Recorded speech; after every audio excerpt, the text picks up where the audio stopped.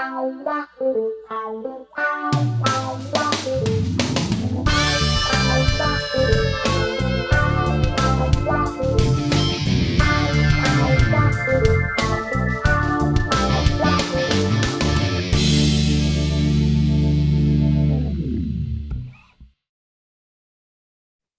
everybody, and welcome to another edition of Living on Music. I'm Steve Hauk, and here we go again.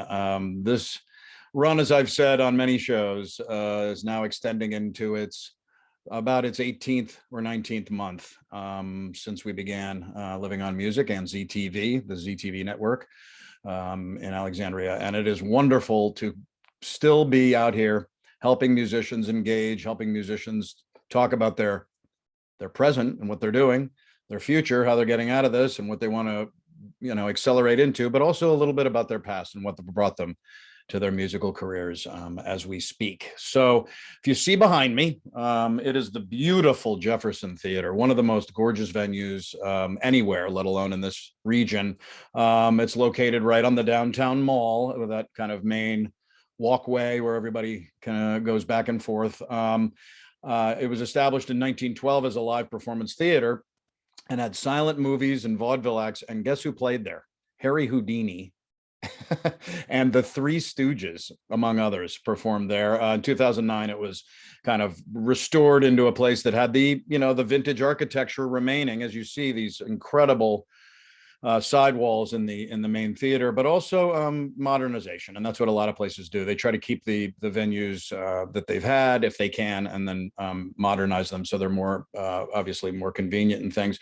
But my guest tonight is very excited. His name has come up many times on my shows. I mean, I have had probably more than 24 guests work either now closely with Andy Hamburger or they have worked with him. And boy, what an incredibly versatile and durable and resilient and nice guy drummer. And boy, am I excited to have him on tonight. He's played at the Jefferson Theater with his Gathering Gloom band, the Cure tribute, but also in other bands and in other ways. And I kind of combined my love for the Jefferson Theater, which I went to New Year's Eve, either 2017 or 16. I can't remember. I think maybe 2017 by myself at an interesting time in life, and went to see and spend a little time with Rising Appalachia, who are an unbelievable duo of sisters from Georgia who created this incredible roots rock, folk, world music, dynamic, unbelievable band.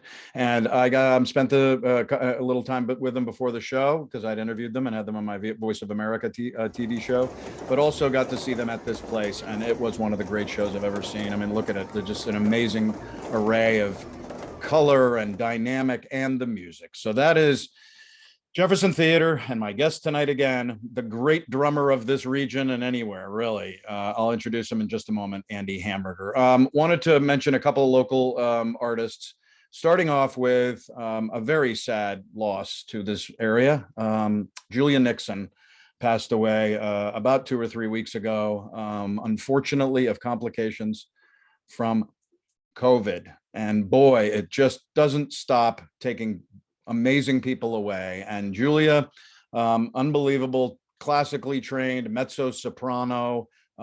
She replaced Jennifer Holliday in the Broadway production of Dreamgirls. She had been one of the understudies, got to do the show. She's won a Helen Hayes Award for her amazing performance in Caroline or Change. I love this. She opened up for Richard Pryor on a national tour. And get this list of people she opened up for: Aretha Franklin, Smokey Robinson, Tina Turner, Stevie Wonder, Kenny G. I mean, huge superstars. And there was Julia in the middle. And I know a lot of people are hurting from this loss. I think I found out through Ronnie Newmeyer. But Julia, rest in peace. Your music will carry on, as will your spirit. Speaking of local musicians, really quick, people are back, you guys. It still has this leeriness and this caution, obviously, because of the Delta, and indoor venues still are a lot of breathing and a lot of closeness, and it's up to you. It's how you feel about it, as long as you're careful. when it comes to other people. But people are out. Like Eric Scott played last week at a park in DC for lunch. He's also doing evening venues and stuff. But God, can you imagine? We've got the Sidleys who played Java Nation about a week ago, who are still going. Sidleys.com, EricScottMusic.com, the Moonshine Society playing all the time. Jenny Langer is a force to be reckoned with, as so many of these musicians are. They've been playing all over and still are. Juliana McDowell with Jules and the Agreeables, which Andy Hamburger is a member of. Patty Reese playing all over the place. Cairo Fred at Blues Alley Friday. They are playing, think about it, Blues Alley with Cairo Fred and Desson leading the way. And I love those guys. I'm going to try to get them on the show. We've been talking about it, messaging about it, and I'm going to get Cairo Fred on hopefully in the next few weeks. It all comes down to this. There are a lot of places you can find local music listings and gigs and people out there.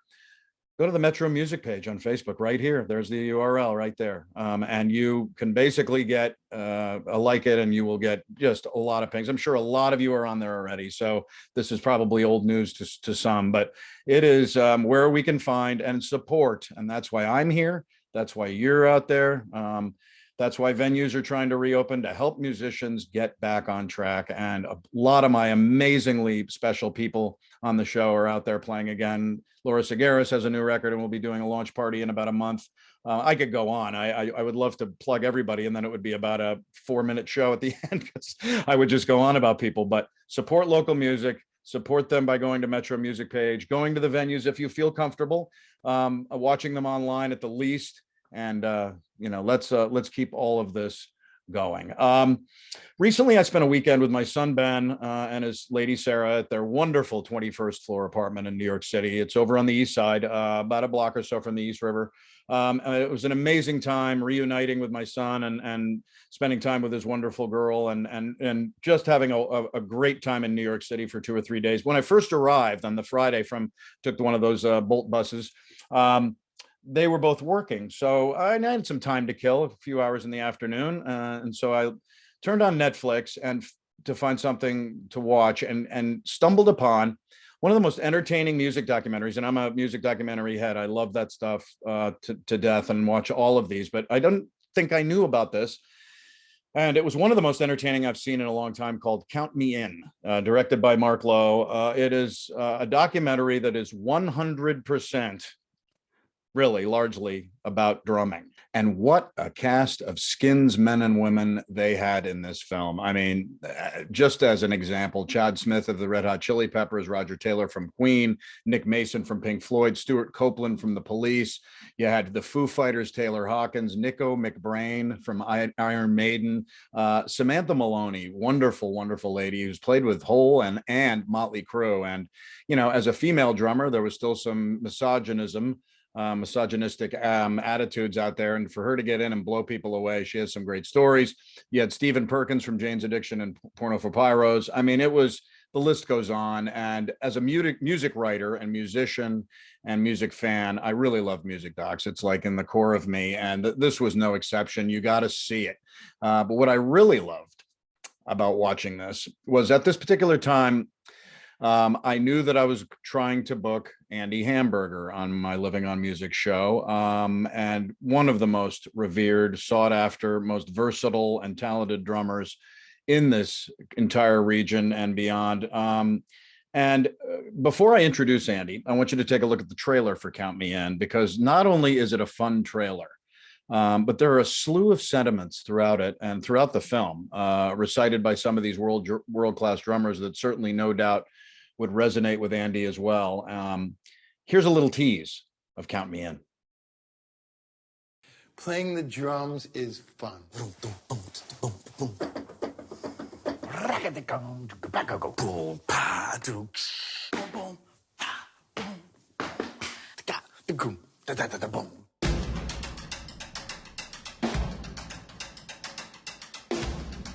I can play my drums all day, all night, and I love it. I don't know if that's a false. I'm not really sure. I've gotten into a little bit of trouble with that, over the years.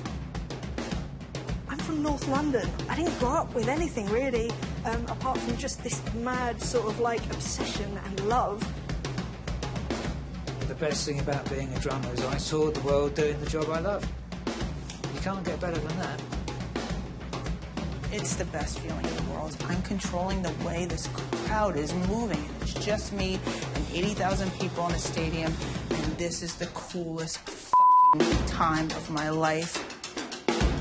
If the guitar plug goes out during a raid show, it'll be a bummer. But if the kick drum pedal breaks, that's a problem. You got 100,000 people like, oh, now what, you know? I don't know what my life would be without drums.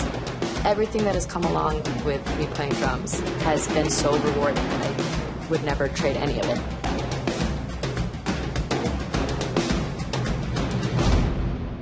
I hope that that's how I go out, man. Just, you know.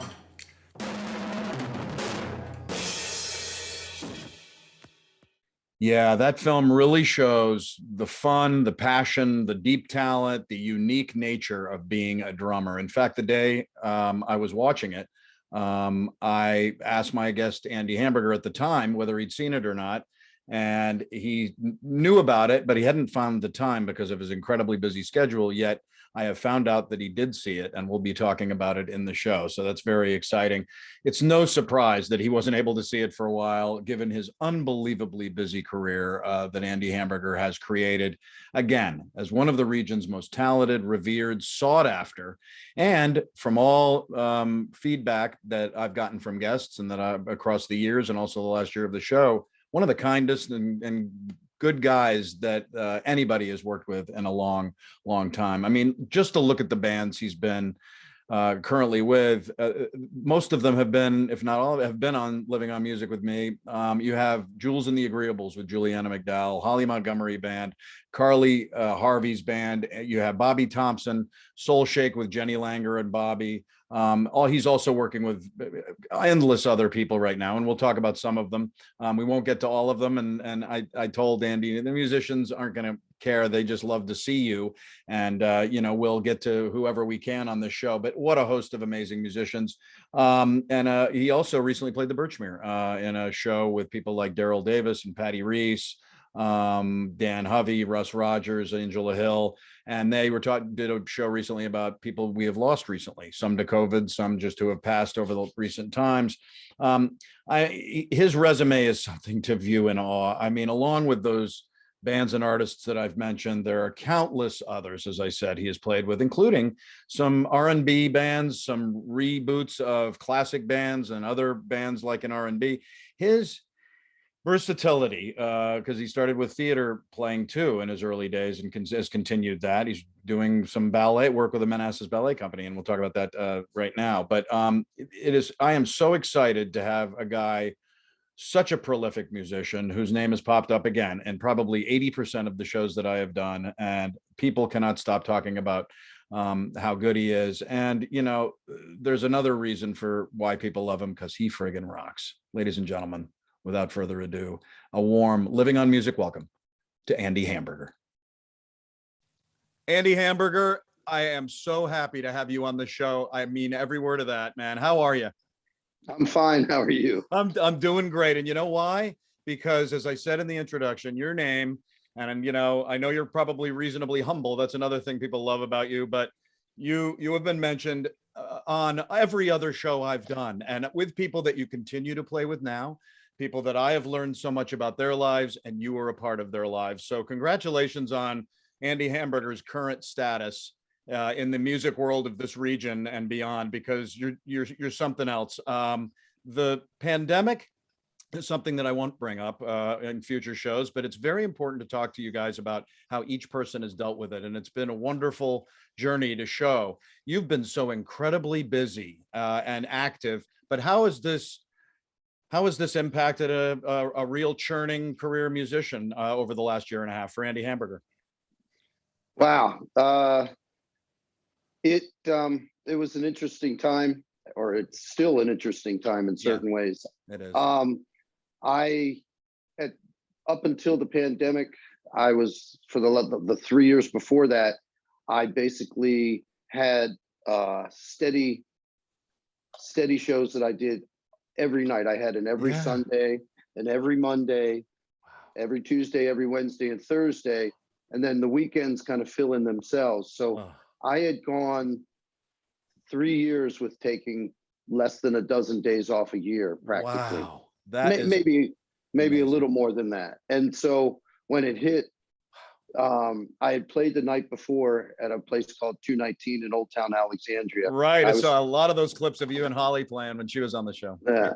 Fun stuff. So, right, Holly's band is every Tuesday. I play with I play with the every Thursday band. That's Mike Kelley. And I was doing Sundays with the guy who books the place, Bill Pappas and Wolf Crescent. So we had played on Tuesday night and we weren't sure. They were only supposed to have 25 people in the venue and we weren't sure how it was going to go. Right. And there's a drum set that I've left set up there for 4 years. And so I left them in place thinking I was going to be back the next night. Right. And that's when the shutdown happened. Right. And I went from nonstop working to sitting in my house with nothing to do. Right. I have a small recording rig in my basement that I record for people, and I have a small Pro Tools rig that I use, and I send people drum tracks. So I did a bunch of that, and I did a bunch of stuff for the church that I work at via, passing recordings around. And I started to practice again, and that's what I was doing.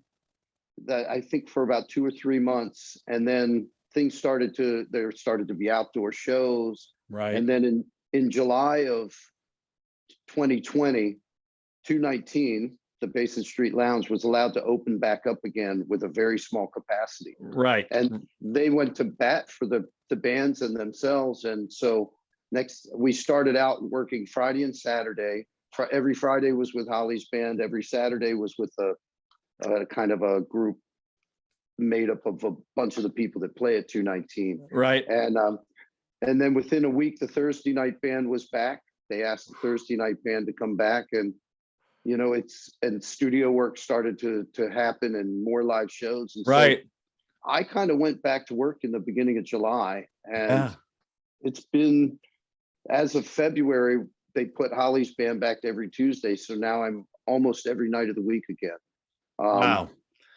That's spectacular. I mean, a lot of the guests that I've had on, and we give you guys credit. You find ways to move forward. You find things to do. You've been able to stay busy.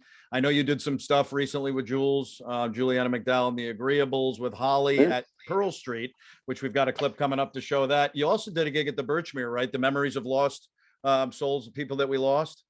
Oh, right. Yeah, that was with Daryl Davis. Yeah, that was Patty Reese. And yeah, that was just to be out to the Birchmere, and I had the Birchmere on the show, Gary and Michael, about 8-10 months ago. And boy, they've been, like everybody has been struggling. You have 2 wonderful children, Alex, who is a professional player, and I watched some of your clips in my research weeks, and boy, is she something special. And Oliver, who's at UVM, which I am from Connecticut, and in fact, I talked to my best friend from high school who went to St. Michael's, and we went up to UVM all the time. It's a great school, computer science major. How did they deal with it? And was Alex living with you during the pandemic? I think you mentioned.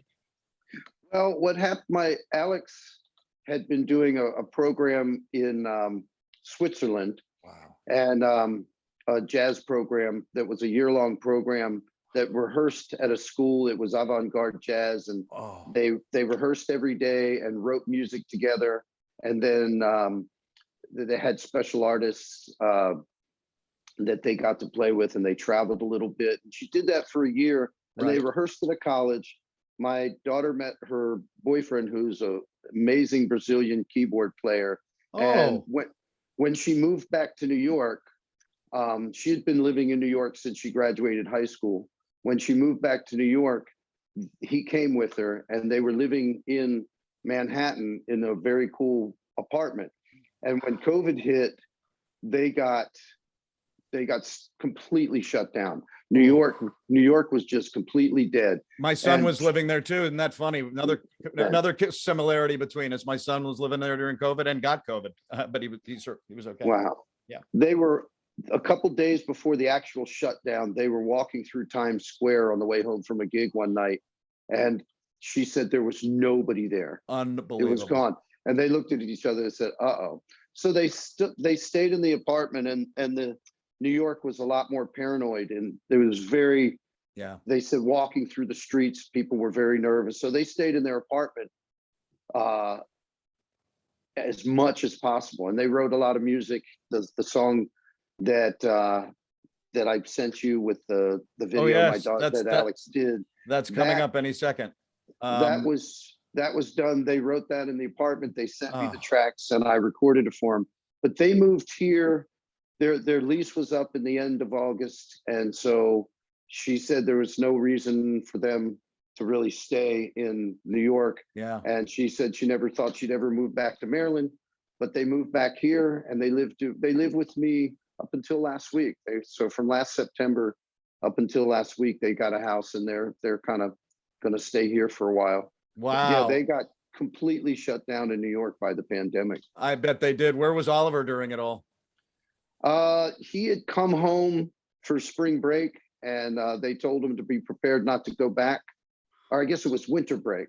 And they told him, no, it was spring break. And they told him, be prepared not to go back. So he stayed here at his mom's house up until they reopened the school, I guess last fall. Wow. I forget the timeline, but yeah. Yeah. He was hope. My daughter lives in Florida with her mother, and she was doing virtual college freshman year. Yeah, exactly. Can you? I can't imagine. We're gonna jump into a couple of things to start off this ride, Andy, that you have done recently, and one of them is what you just talked about, and a very special clip that again.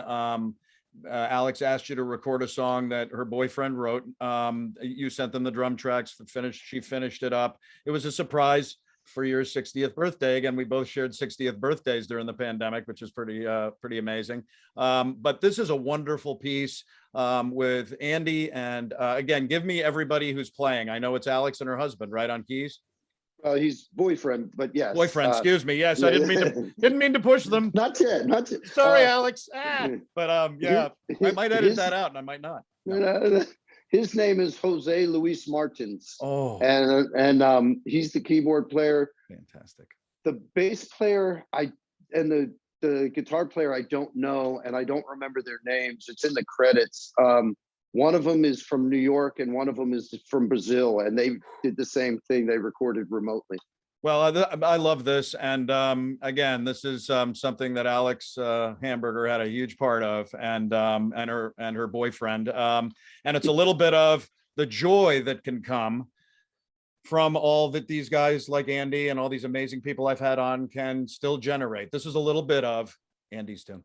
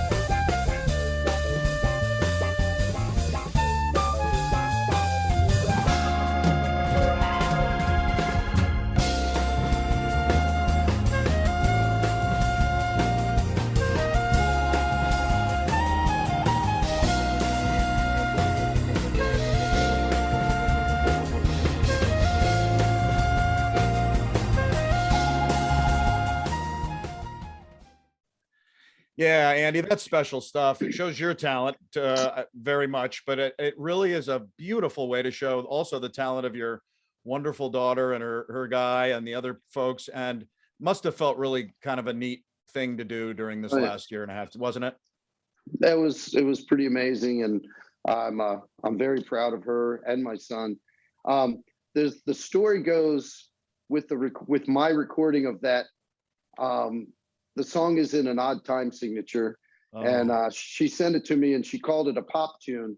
She said, "I have a pop tune I want you to play on," and I figured it would be a vocal tune because she's a singer. Yeah. And she sends me an instrumental, kind of funky, instrumental tune that is not what I would consider a pop tune, and so I had to figure out what to play on it, and I had been procrastinating.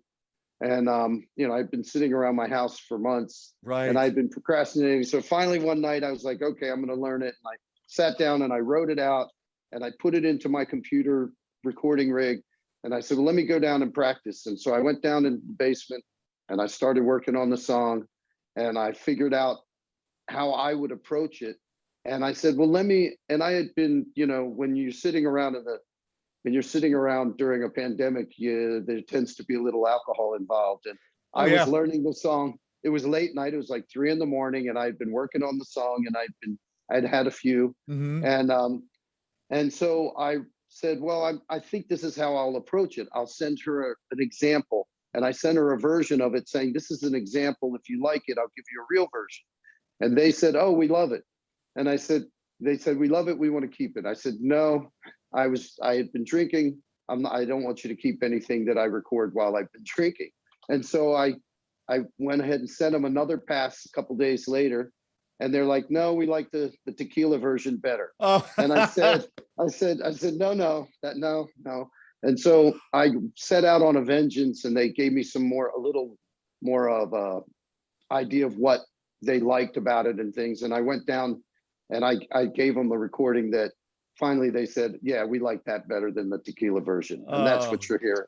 So it's an interesting story, but no, anytime I get to play with Alex, it's very touching, you know. Oh, I can only imagine. I'm a middle-aged cover band guy, actually playing JVs though on November 19th. Cool. We played there all the time, and I know you're a mainstay there, but I played with my son, you know, the one who lived in New York occasionally. And even though it's not the level of your career to play with your children, I just did a Lumineers song with my daughter who was up visiting from Florida, and we posted it, and there's nothing like it. There is nothing like it, especially with your kids. Another person, and we will be hitting a number of levels and people in your career, but it is a massively wide swath. So some people who might not be jumping in, you know, no big deal. This is somebody who you play with currently, who I had on the show, and is just a dynamo, Holly Montgomery. And we're going to show a little bit of a clip from the Pearl Street show that you guys just did, which highlights you and the rest of the band. But in a nutshell, what about Holly Montgomery and how you guys have bonded for a number of years now? When did you get together as musicians? She came as a freelance call. So in one of the studios I work at, Q Recording. Yep. They tend to send, if they get a cold call, or if they need, actually it was engineer Ken Schubert. Right. Ken Schubert recommends me for recording stuff a lot. And Holly had been working at Q, and she had a project that she needed a studio drummer for. So Ken Schubert recommended me, and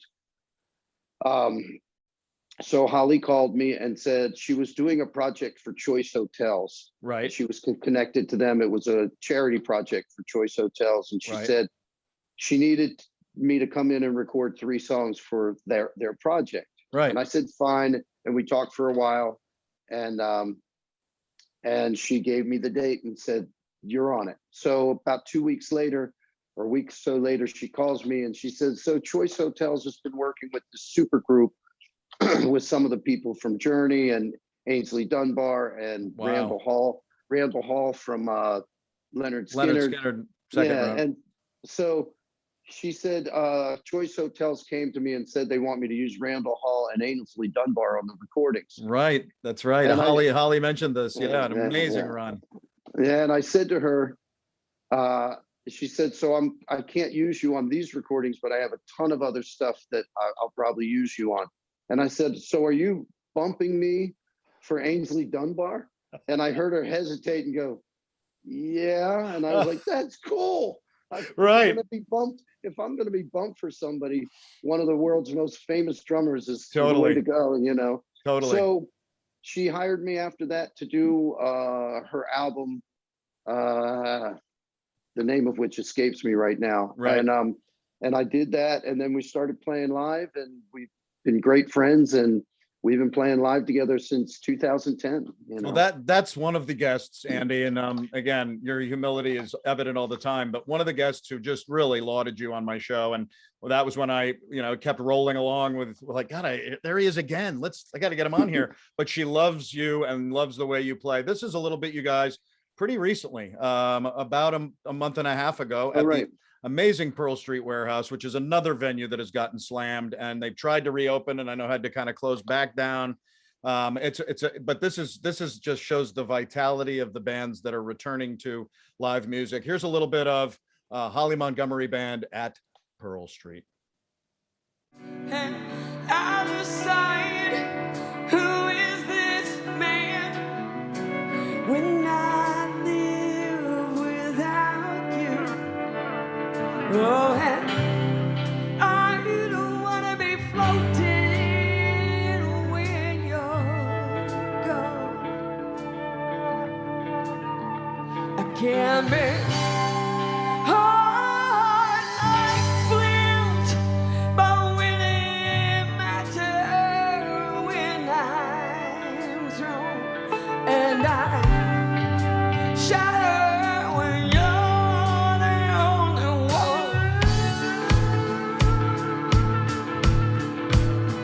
Oh, will I shatter? Oh, I've been wondering,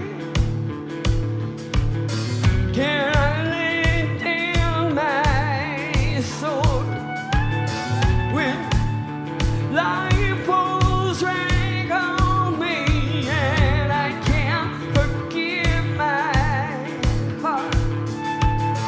For I know what I should do, and I know all I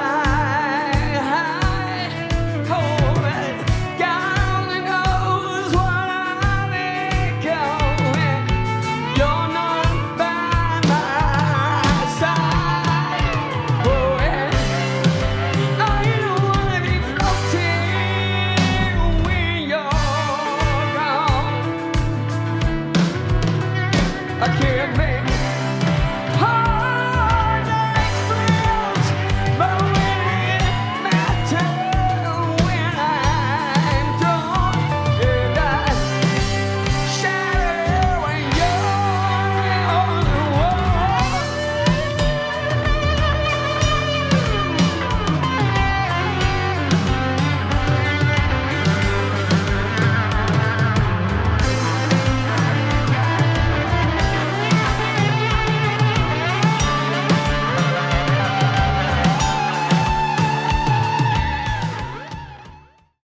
Yeah, there you go, ladies and gentlemen. If you know Andy, you know what you just saw is something that you expected. But if you didn't know him, then you see what he's got, and that's what we're going to be showing a lot of. Andy, is your talent, and that with Holly, and just a wonderful band she has.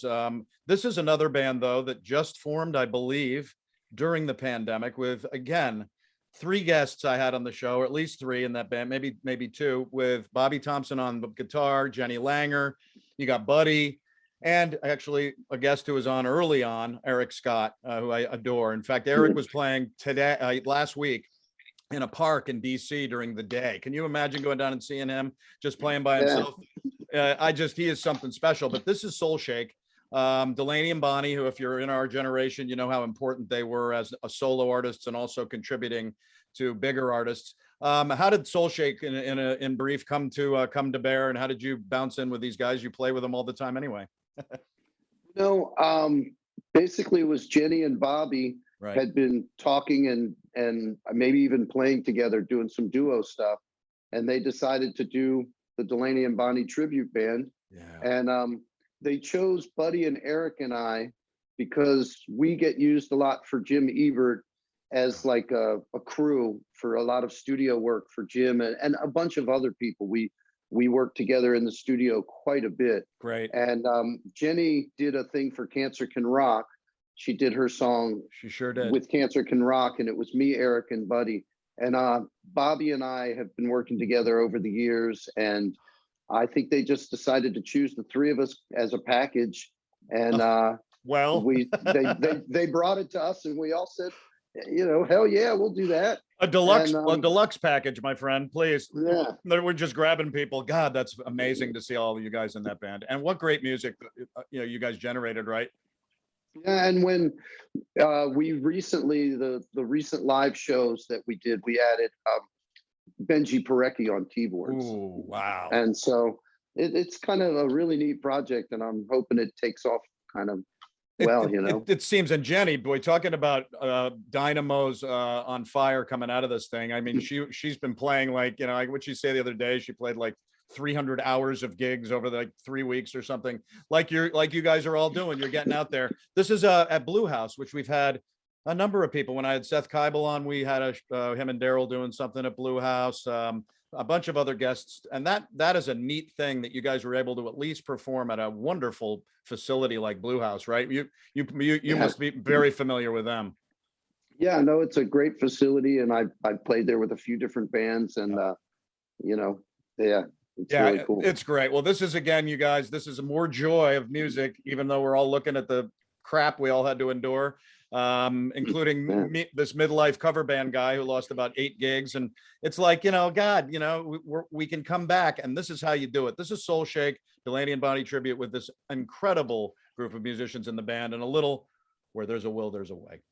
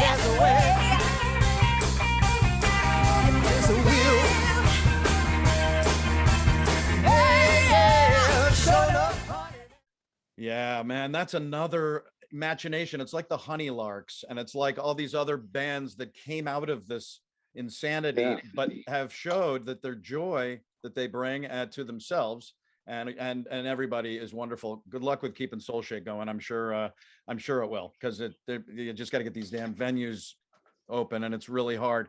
We've got a bunch of things we want to bounce through on Andy's amazing life and career.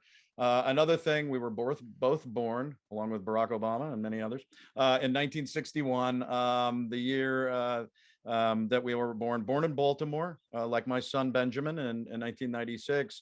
You lived there till you were about 10, but I love one of the things you put in the early notes, and it just shows the dedication since early on. You can't remember a time that you didn't want to play drums. Was that when you got the toy drum set at 8, or was that a little before, or was it right in that area where you were like, I want to do this? So I'm kind of old and some of the memory is slipped, but that's okay. I know that something, my dad used to run some conventions for a youth organization. And I remember and he used to take us with him. Some of them were in Atlantic City. And so they would have bands playing for the kids. And I remember seeing the bands and wanting to play drums. And other than that, I had been asking, I do remember I'd been asking since I can remember. And so when you saw a band up there playing, there's a singer and maybe a guitarist and maybe a piano player. What was the Andy Hamburger? And I was saying specific things that you felt at that moment, but what do you think it was that kind of tossed you towards the drummer of all instruments? I have no idea. Were you doing any of this as a little kid? Well, one of the most things said to me all my life from my parents, both parents, was sit still, sit still. So, but I don't know why. I just was drawn to drums. The toy drums came when I was probably 8. Right. And then I think I was around 10, and they realized I really did want to play, and they got me a pair of sticks. You said you broke your drum set at 8, Andy? It was a toy drum set. The drum heads, the things that we hit, were made of cardboard back then. Right. Nowadays a toy drum set, it's actually almost a real drum set, but back then the drum heads were made of literally cardboard, and they didn't last, and the drums were practically made of cardboard. And so for a holiday present, they got me a book, a pair of sticks, a practice pad, and a teacher. Oh, that is so funny, because when we're the same age, and it was right around then for me too. And I didn't know if I was going to be a musician or anything at that point. And I got a little drum pad, and that's what you were talking about, right? Yeah, absolutely. And I remember doing it, and it never came into me, and I never continued it. You took the drum pad, the book, the teacher. You were given a skeletal drum set about 6 months later. Was that a real thing that lifted you up, you think, at that age, and said, yeah, I think I'm going to keep doing this for a little while? It was just all part of, I just wanted to play, and it was coming to me pretty easily from what I'm told. And I just really liked playing drums. And so when we moved to Philadelphia, when we moved to Philadelphia, I was asked to play on an assembly thing in elementary school, and that kind of went really well. And then my sister was dating a drummer. I love that. We lived right across the street from the junior high school. And so he got me involved in the junior high school bands, while I was still in the end of 5th grade. And so all through 6th grade, I was playing in the junior high school bands. And, the roots. I could just see this tree of Andy with the roots spreading through the ground, because that makes complete sense that you got it in your gut and in your soul so early. I love that. And you played in the high school band, the orchestra, the stage bands. And so you were able to do. Actually, I did not play in the high school bands. The junior high school bands. Junior high school. Right. But when I got to high school, which started in 10th grade, I wanted to play in the stage band, the jazz band. And I went to the band director, and he said he already had 3 drummers in the jazz band, so he wouldn't let me audition. Right. I was in the concert band, and the very first weekend of high school, my dad worked with a guy that played drums for a theatrical touring company. Oh, And he needed a sub. And my dad had been talking to him in the elevator and said, "You said your son plays drums, you know, would he want to audition?" I was 15. oh, And so my first weekend of high school, I went to audition and I got the job subbing for this guy. So I went wow. back and I quit the high school band. Back then you could choose what you wanted to do elective wise classes in high school. I don't know if you still can, Right. but so I was never in the high school music program, but all through Wow. high school, I was playing professionally with this theatrical touring company. What high school was this? Kennedy High School in Silver Spring. Yeah, well, I lived in Silver Spring. My son went to Blair, so I was like, if that's another similarity between me and you, it's going to get kind of scary. But that is so that you evolved through high school. Did bands begin? Did any kind of rock band type things begin with you in high school? I played with friends, but nothing, you know, like guys. I don't know if you know Sonny Petrosky. Oh yeah, Is a sure. bass player that I play with all the time, and he's one Yeah. of these guys who, when he was 16, he was playing at Louis Rock City, and he was playing at all the big places around here with bands. For me, all through high school, I was just playing with the theatrical touring company. I didn't start playing in like bands probably until I was in my first year of college. In college, because right? the theatrical touring company was run by a lady named Toby Ornstein, who had a theatrical school of arts in Columbia, Maryland. And she, in the fall of my first year of college, she opened up a dinner theater that I worked at for Wow. about a year, 6 nights a week. So I was Right. kind of doing that side of things until, you know. Yeah, I mean, the theatrical stuff is fascinating to me. My mother was an actress. I love musical theater. We used to go to Broadway all the time when I was a kid. I know you just this week or the last week when we're recording, you were working with the Manassas Ballet Company. Now, It's this week. That's yeah, that yeah. is, what does the theatrical part of drumming bring to you that it may be different from some of the rock, soul, R&B stuff? I don't know. It's just a lot of different. I mean, when you're playing any theater stuff, and when I was playing that theater stuff, there's a lot of different styles that I kind of just Yeah. picked up on, and they seem to be, oh, that's this. I've heard a lot of it. So the influences helped me to learn to play different styles. Right. And when I got into college, well, when I graduated high school, my dad said, "You have to go to college. You don't have to have a major." And I said, "Well, I've been playing professionally. I'll be a percussion major." And Right. so I auditioned at University of Maryland with just a snare drum piece, like a classical marching type piece. And then they asked me, did I play timpani and marimba? And I said, I don't play timpani and I don't know what a marimba is.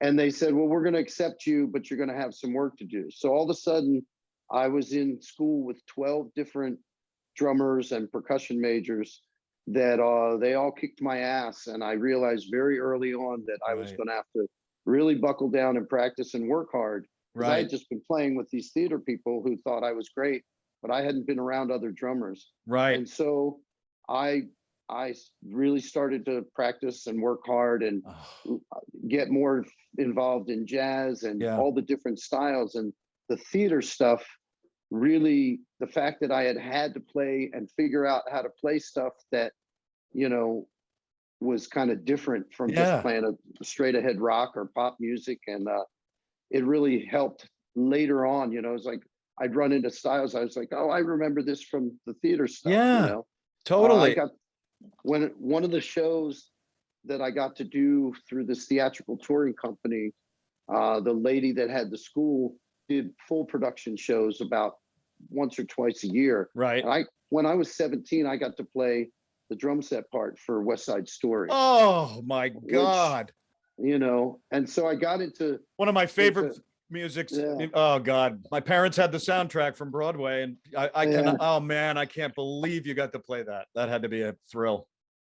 And so when I got into college, I thought I knew a little bit about jazz, and that because of West Side Story, and Oh. I got my ass handed to me by like about 10 of the other 12 guys were just all so much better than I was. Right. And I just, you know, all those influences from the theater, and it helped me to play catch up pretty quickly. You Well, know? and again, Andy, too. I mean, I guess it was by the beginning of your second year, you were one of the top players in college, and you must attribute that to saying, I need to kick some ass and really work hard on it. And it seemed to come through because you played professionally all through college, playing all these different styles, which again is a pretty common thing. I had Max Weinberg on a show that I did a long time ago from Springsteen's E Street Band. Wow. He was doing stuff in, you know, for Godspell when he left and joined the E Street Band. I mean, Charlie Watts, who we just lost, as you well know, was a jazz player and liked different kinds of music. It just must enrich your soul. So when you start going, no wonder, see, it all comes together when I start talking to you guys, you can see why you play for so many different kinds of musicians, because you had that beginning. Here we are, and right out of college you started playing with bands, right, about 3 to 6 nights a week. So that's when it hit hard, right? Yeah. What band was that? So that band was called the Mary Blankmeyer Band. Oh wow. And she was a singer songwriter, and she started out more playing like old jazzy blues. And she started and she had guys like Tom Principato in her band. And when I got into the band, she had been working with a sax player named Al Williams, who played with Stanley Clark and Mongo Santa Maria. Yeah, I've heard of Al. Oh. Yeah, Al was one of the sax players in Stanley Clark's band all through the late 70s, and he's on the recordings. And so all of a sudden I'm playing with this guy and with Mary, and she, soon after I joined the band, got a bass player named Dean Kerrigan, who passed recently. Right. And those guys influenced me incredibly strong, you know, and strongly. The influences and the things I learned from playing with those guys were just, it was just really, really helpful, and to help move along. And I met Mary. There's a producer in town. He's a keyboard player.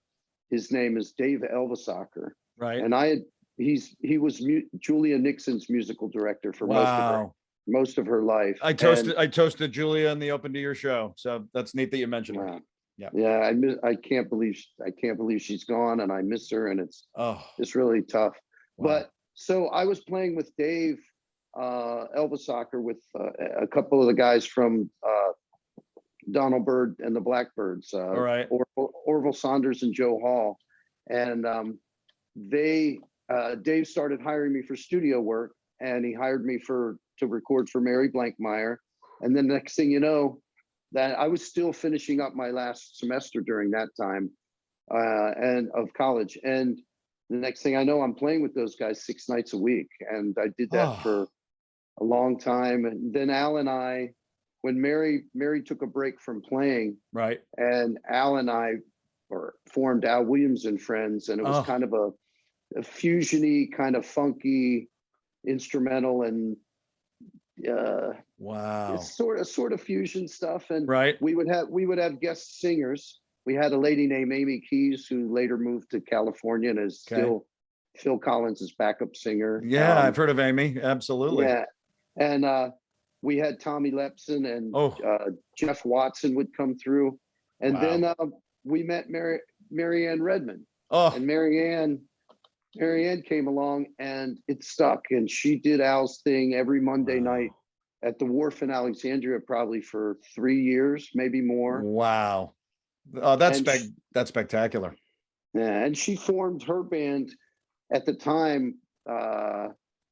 She asked me to do it, and a couple of guys in Al's band, and her band started in the early 90s. Yeah, that's somebody I asked early on, and I think she was kind of getting her leverage in this whole last year and a half, but I'd love to talk to Mary Ann.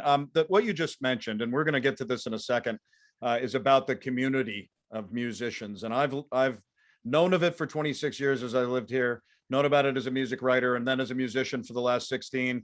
But that's nothing like I ever imagined after I started the show and saw the way you guys collaborate, work together, support each other. We're going to get to that in a second. So hold on. You, at that time, back then, Andy, you also were involved with I guess it was an all original pop rock band that was recording. Who was that? And where did that go? That band was called Rob Wolf and later shortened to Wolf. Okay. There was a band in this area called Easy Living. Right. And they were a cover band. They would play at the Bayou for 6 nights a week when the Bayou was doing cover bands. And they were a really well-known band in the area. Right. And a friend of one of the guys I was playing with recommended Rob Wolf, the guitar player, to that band. And then he and I, through these guys, became friends, and we started recording together. Wow. And ended up having a studio together. But yeah, that was that band. You know, and so you were doing that. Did you ever think as you were going along, well, when did Classified Frequency start? Well, that's a whole nother story. I was hired by a studio owner, Marco Del Mar, Recording Arts. Right. And he had a client, a singer-songwriter, and she hired me to record, and then she started hiring me to play live. Her band was called Side FX, and her name is Kim Cameron. Wow. And so she had this bass player that she used that I had never met before. I was probably 35 or so, and I might have been 40 at the time. Right. Or 45, but he was 25. And I, come onto these rehearsals and I'm like, whoa, this guy can play. And his name is Matt Berry. Right. And he is the founder, and Classified Frequency is his band. And wow. He started asking me to do his projects. And so Classified Frequency, that was probably around, he had the band since at least 2010. Wow. Maybe before. And I started playing with him a few years later. I couldn't tell you what year. Right. And it's just great. He calls his music fusion cock rock, because that's right. It's like, power pop on the heavier side and more complicated side of power pop. Yeah. But it's got a lot of jazz influences and fusion influences. So it's really interesting music, and he's just great. Are you still performing and playing with them? I am. We haven't done anything since before COVID. Yeah. But he started the Cure tribute band, which is called Gathering Gloom. Yeah. And so that's the same guy. His name is Matt Berry. I thought it was. I'm looking at these as you go through footage and you're trying to find the path of the musician, and I'm like, wait a minute. Let's look at a couple of these bands. And again, the swath of your career and the bands that you've played with, we're not going to be able to hit them all. We're going to hit some of the fun ones though, and have a blast here with. This is a wonderful video that actually features a dog in it, and it was produced and mixed by a man that's been named, that mentioned a couple of times by Andy, Jim Ebert, and also on my show 3 times. Love Jim from Cancer Can Rock, and he's a fabulous producer as well. This is a little bit of Classified Frequency, and have a nice day.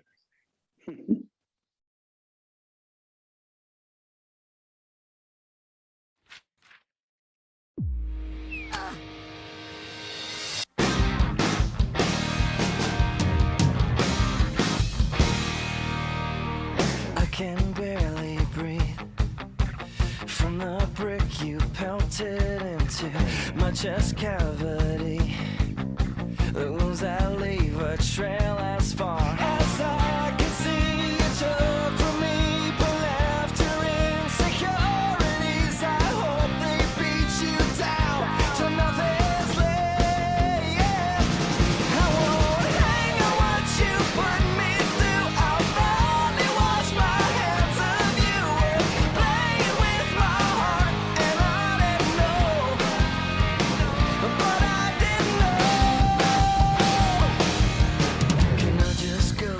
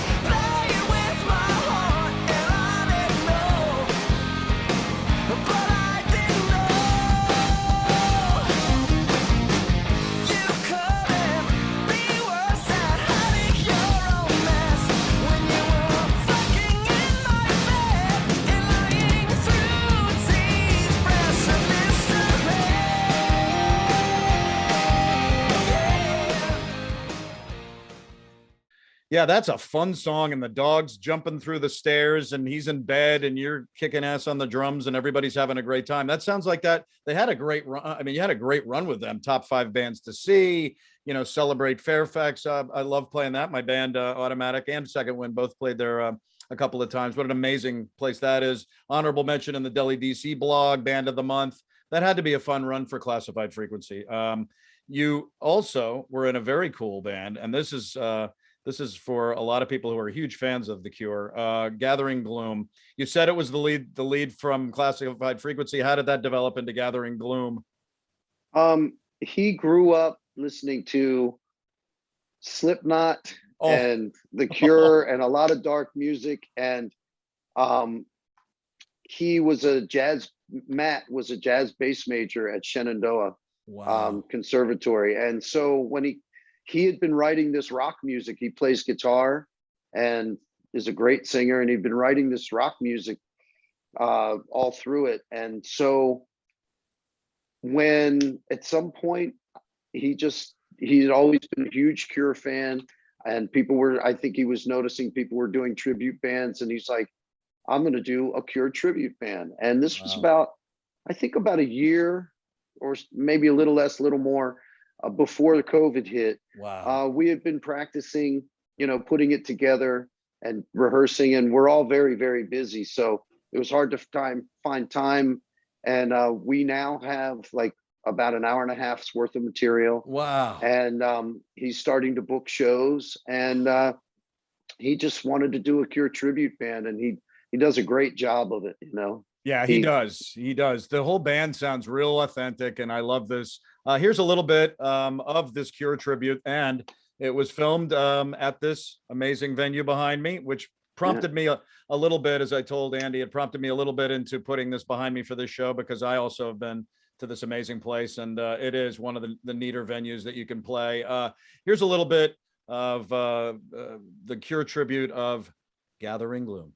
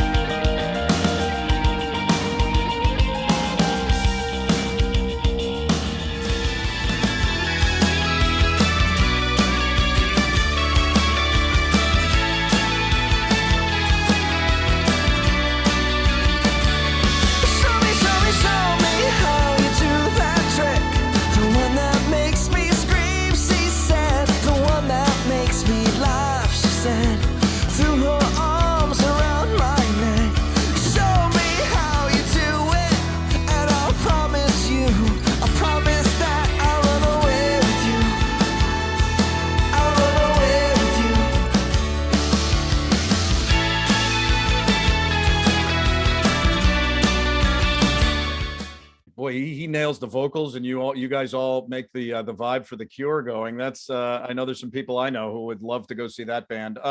Again, amazing number of collaborations and interactions with musicians as you were going along. You also, which I found in some notes, played with some artists like the Coasters, Drifters, Platters, Marvelettes, Blue Notes. Now, heavy up, wonderful classic R&B type music, right? That must have been another way for Andy Hamburger to learn playing. How did that fall into your lap, or those kinds of collaborations? So I was trying to remember exactly how it happened. Those groups, the trademarks for most of those groups, So the coasters, drifters, platters, and marvelettes, Right. all were, the trademarks were owned by a company in production company in New York. Wow. And the other groups, Harold Melvin's Blue Notes and the Temptations, they came through connections made by doing the coasters, drifters, platters, marvelette stuff. But the production company in New York had a couple of musical directors that they hired down here. Right. One of them was a guy named, is a guy, we still do these shows from time to time. I had one scheduled for the beginning of this month that didn't work out, but they're still trying to get us to the DC crew to do them. But the guy's name is Eric Ulrich, and he's a guitar player from the Northern Virginia area. Right. And he started doing them, and they were contracting him to be a musical director, band leader for the singers. And Right. another guy, keyboard player from this area, Joe Martone, is another one. And I can't remember, I think Eric somehow found me and started hiring me to do those shows. And so he was the contractor, and they came as a, I worked my way up to being his first call. Wow. And when he would get shows from New York, they would, he would hire me, and we would go and we would rehearse during sound check and play the shows. There was no prep. The coasters, the coasters are not the originals, Right. but they're very authentic, and they Sure. own the rights to the name. And Right. they did have, early on, they had some originals. The Drifters, the same thing. The Platters had a guy, one of the original Platters in it, named Derek. I do not know his last name. Right. It was just, I personally learned so much just from sitting behind him, playing drums behind him, watching him do his thing. He was incredible. Wow. But that's how they came about, and they're still out there doing stuff. Like I said, they're not the originals, but they're sold as the actual coasters, platters, drifters, and and they sound pretty incredible. I know the Birchmere hosts a bunch of those guys, and at least they did before this insanity happened. But the swath of bands, the swath of music that you play is so absolutely wonderful. Talking a little bit for a second, Andy, about what drum playing does to you. We talked a little bit in the intro. I talked about Count Me In. And it's, I was in my son's apartment. I was ready, trying to nail you down for the recording. I'm lying there waiting for my son to come in. I hadn't seen him for 8 months and once in the pandemic. And I found that movie and I played it. And not only did I love it just because I'm a music fan and what a great cast of drummers they had in it, but I loved what it gave, at least for a non-drummer. I loved what it gave to people about what the drummers think about, what they feel. Talk a little bit about that movie for a second, and then maybe just dissolve into what drumming does to you. You've been doing it for you've been doing it for 50 years, really. If you look about your little drum kit, the one that got broken and then the new one.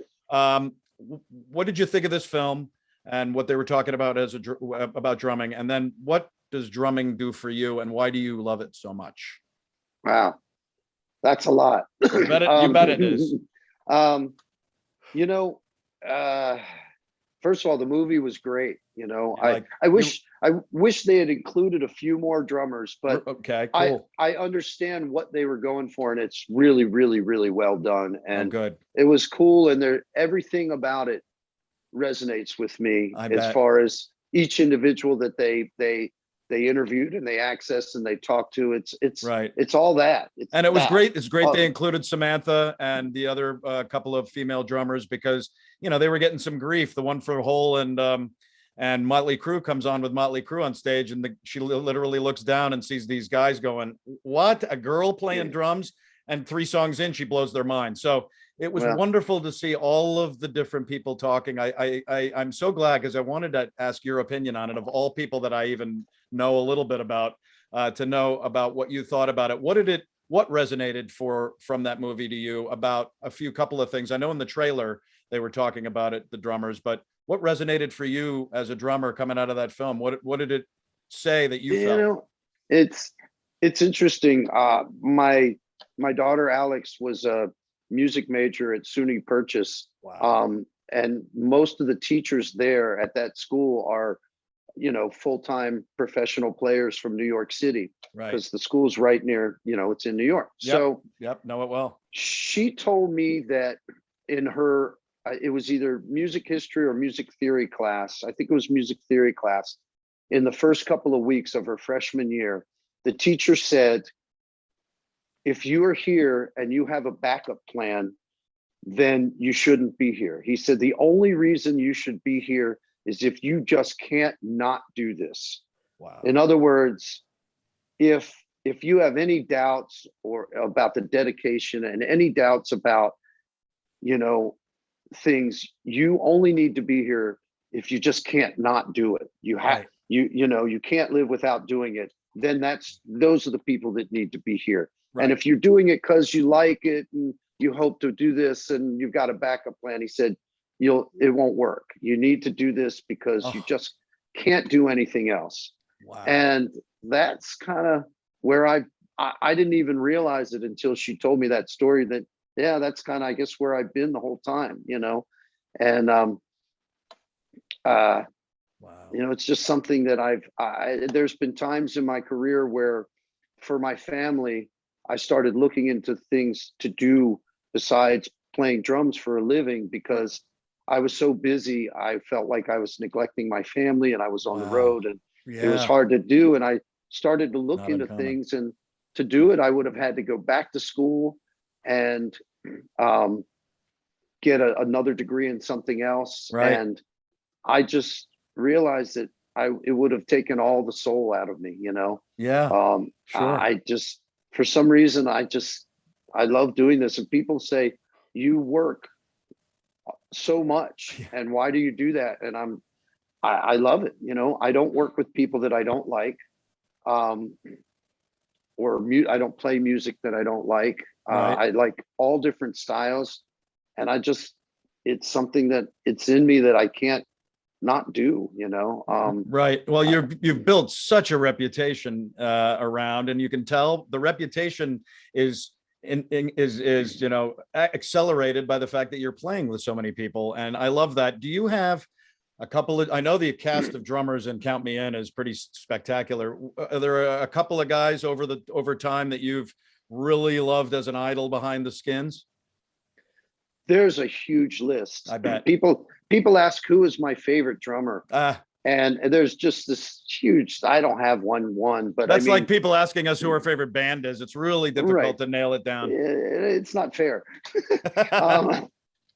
So, as a kid, I was a Buddy Rich fan. Oh, yeah. I was a Louis Bellson fan, and I didn't understand how to get that level of proficiency until I got into college. But right. I was a fan of those guys. I was listening to Led Zeppelin and AC/DC and playing that kind of stuff with my friends. Right. And just so many influences, but Stuart Copeland was a big influence. Yeah. Steve Gadd is probably one of my hugest influences. Wow. Of course, John Bonham and Charlie Watts and Ringo. Right. But along with that, there's a slew of guys coming from the bebop world, Philly Joe Jones and Elvin Jones and Papa Joe Jones and Max Roach and Art Blakey. Yeah. And Tony Williams. Yep. And the list goes on. Vinnie Caliuta. I had Cindy Blackman Santana on my show. Exactly. She's another one. And her main influence, Art Blakey. So and she played with him, and he was her mentor, and right. she was fun to see in Count Me In. Well, I appreciate it, because again, I know that list is vast, and it was wonderful to hear some of those. Steve Gadd, just one of these wonderful drummers. Here, you guys, before we kind of start going towards the end of the journey, I want to talk again about the collaboration and about the amazing people you work with, because again, about 50 of them on my show who you love. But here is a little bit talking about drumming, and I love this. This was a band called Along for the Ride. Yeah, and that's at the 219 in 2017. And this is shot by my dear friend Sandy Redmond, who I know Sandy. Oh, okay, yeah. And Sandy is a queen of music, kind of soul, as you well know, and she shoots all these amazing videos as people are playing. This is a wonderful moment that you guys won't soon forget. And it goes beyond even playing the drums for Andy Hamburger here. Here's a little bit of Along for the Ride. Oh no. 219.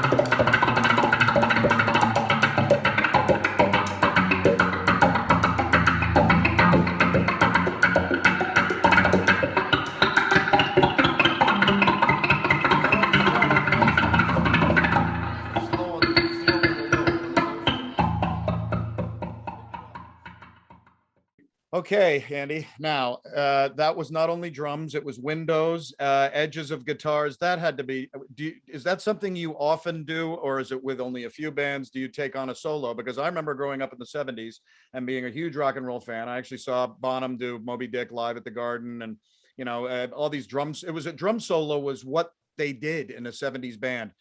Yeah. Do you still like to get a chance to bang out a drum solo? You know, it's funny. I've never asked for a drum solo. I bet. Ever. And Yeah. people ask me to do them. And if somebody asks me to do them, I'll do them. I have a quick story. In the Sure. 90s, I worked with one of the most famous bass players in the world. His name is Gary Granger. He played with John Scofield and I've heard his name. a host of other people. And Oh. and Gary's from Baltimore. And I found myself working with him between 2 and 6 nights a week. And he was one of the biggest teaching influences that I've had. In fact, I quote this all the time. I learned more from bass players and keyboard players and other musicians that I work with, and Al Williams and Dave Elvisacker, and just these influences, Scott Ambush. I got to play with these incredible players that I learned more from them than I learned from any drum teacher or any music teacher, just from playing with them. So Gary was doing an open mic night every week, and he had hired me to do it. And we were doing something, and somebody threw me a solo. I guess Gary said, "Hey, you want to take a solo? And I was like, no. And so we got done the set, and he pulled me aside and he said, look, man, he said, and this is one of my hugest influences and mentors. And he said, look, if somebody offers you a solo, play it, take it, always take it, especially in a jam situation. He said, you know, you play great solos, because I don't think of my solos, you know, but I'm just trying to figure stuff out. And so he was like, no, if somebody offers you a solo, take it no matter what. And so about 99% of the time, 95 to 99% of the time, if somebody offers it to me, I'll take it. The windows, I've always been, one of the biggest compliments anybody can give me is that they hear humor in my playing. And so, you know, I'm kind of a silly, geeky, silly person. And so I have a fire bell on my drum set that I use for comic relief. Wow.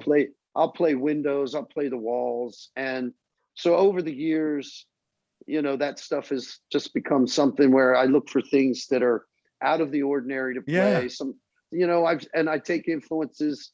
There's this amazing clip of Lionel Hampton, and he's playing vibes, and he's got a floor tom-tom next to him, a big drum next to him. Right. And in the middle of the song, it's a black and white clip. In the middle of the song, he puts his vibe mallets down, he picks up a pair of drumsticks and starts playing incredible stuff on this floor tom.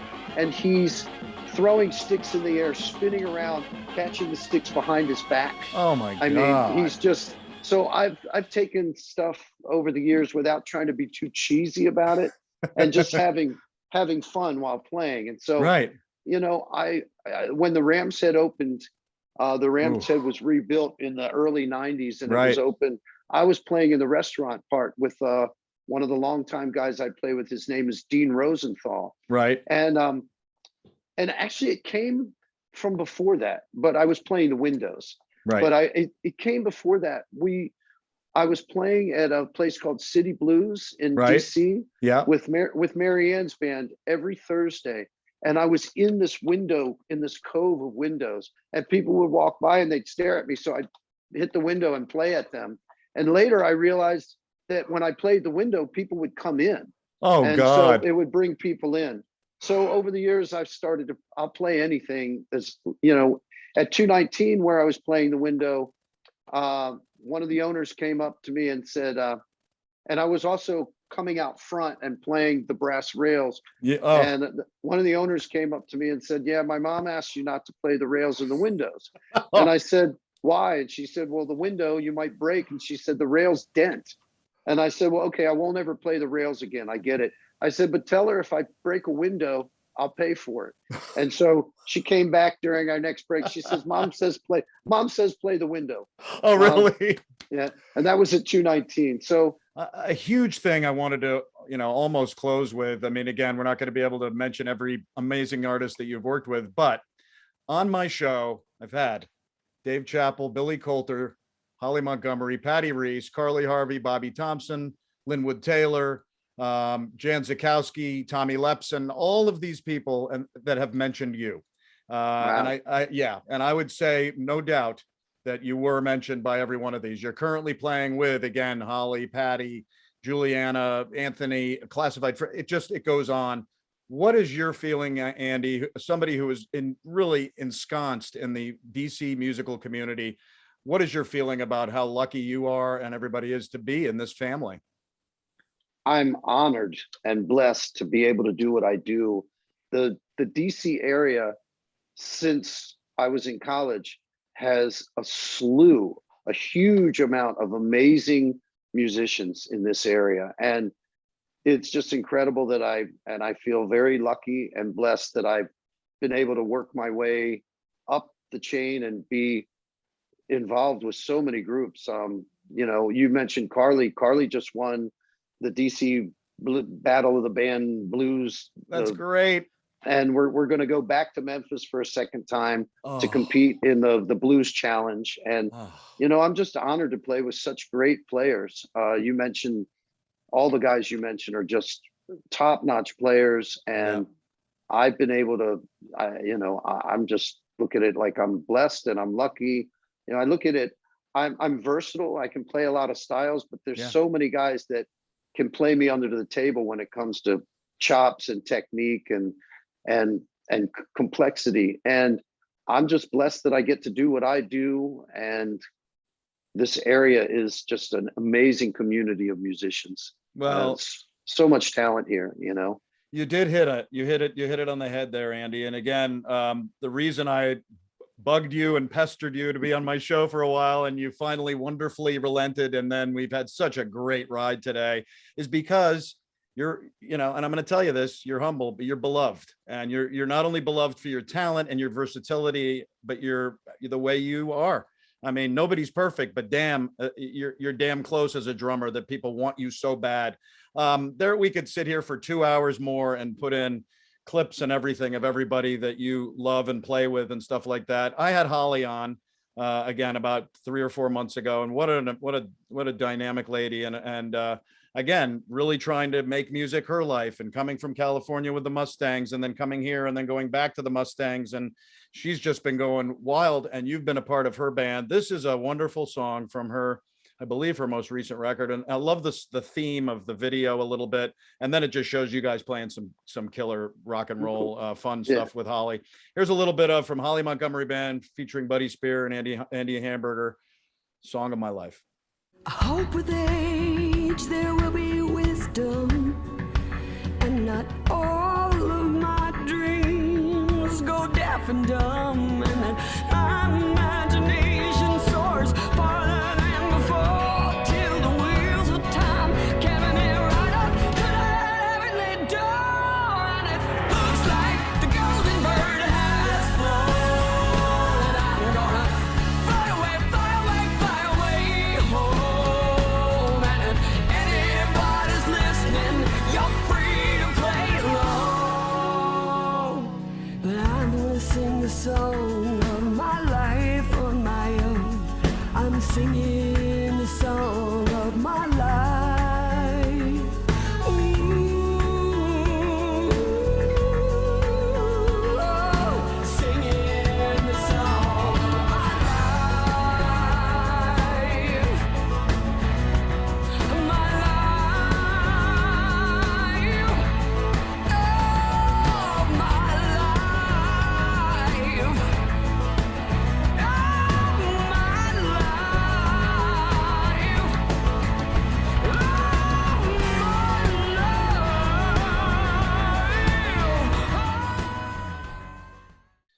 Yeah, you know, Andy, that just shows the power of Holly. It shows the power of Buddy and you. It's a wonderful video presentation. I really wish her the best of luck to continue on.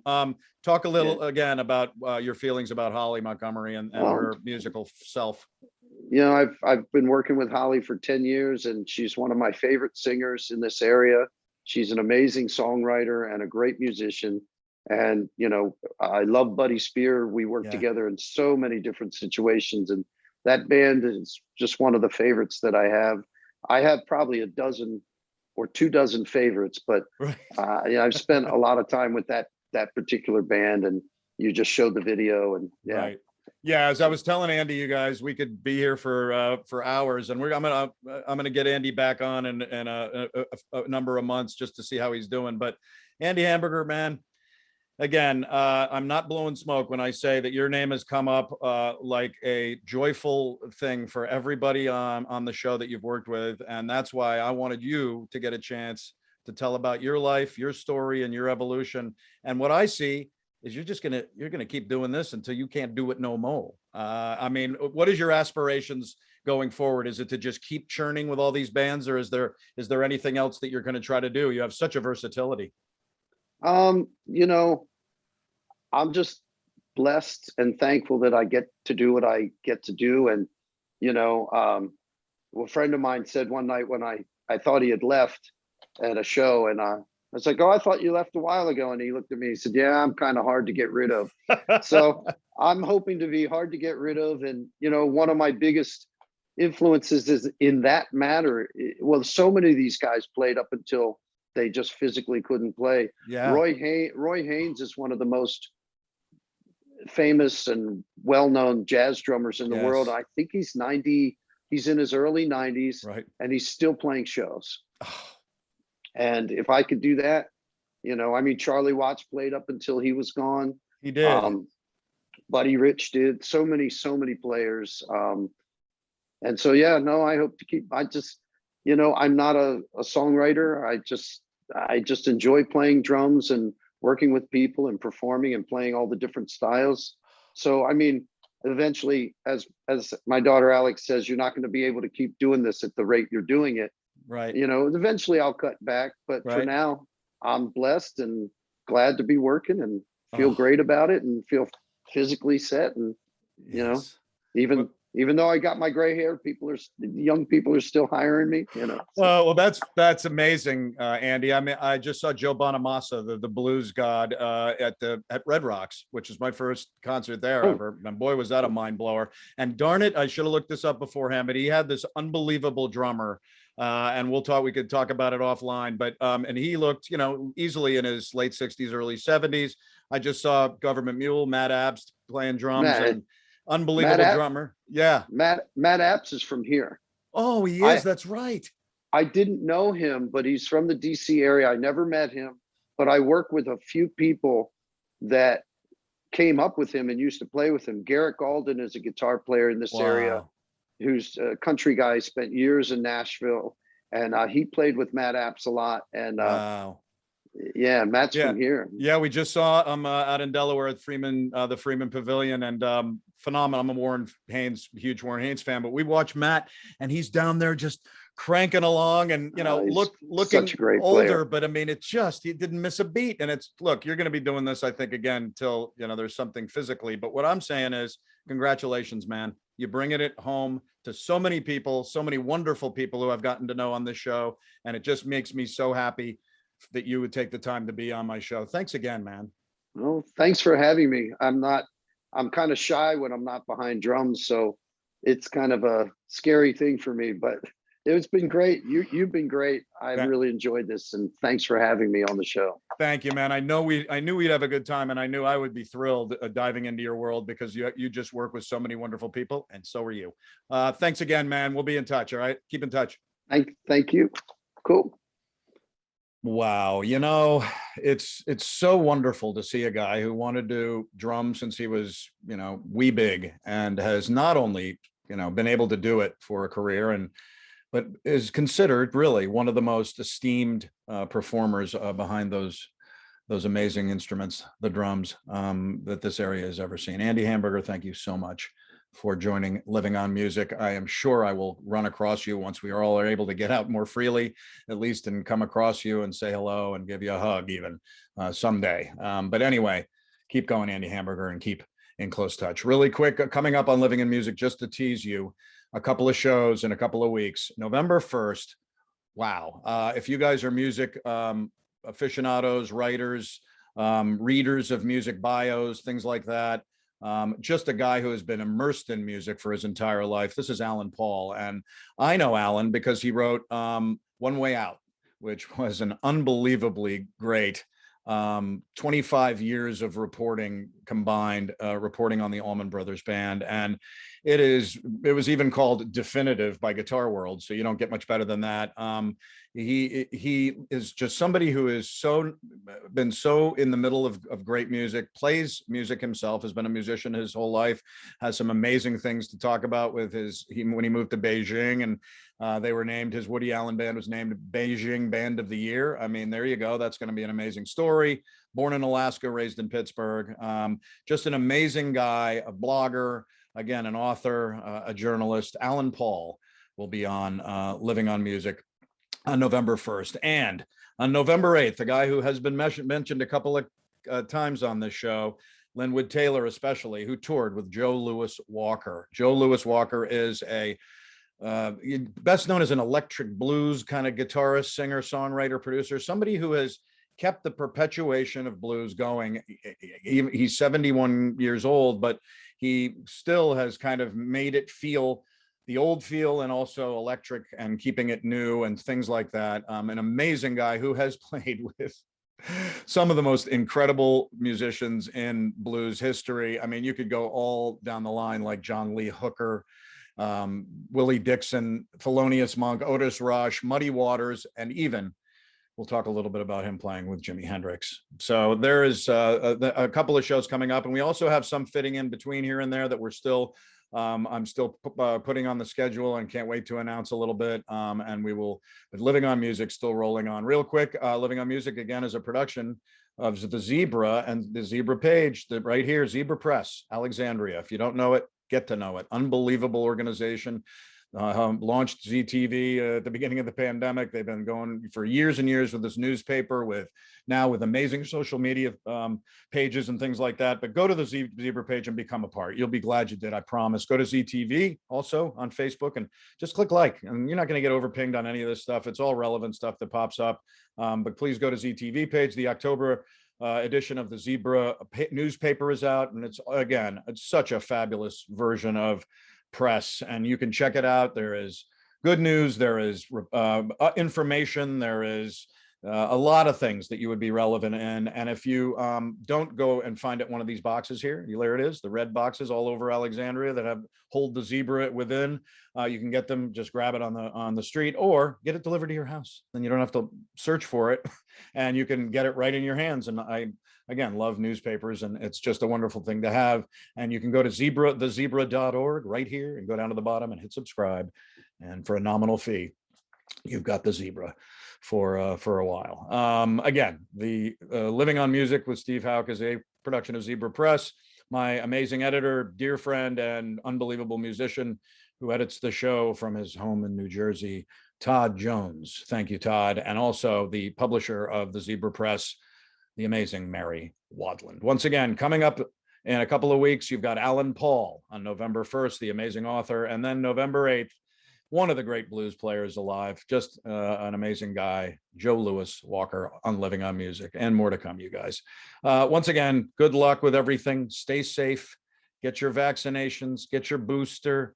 I know if you're leery about it, just don't be leery about it. It's imperative by statistics and by science to get vaccinated, and then this thing will subside more than it certainly is now.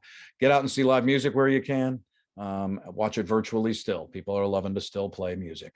And always remember, to anybody that you can come in contact with, be the good news in someone's life. Thanks, man. Take care.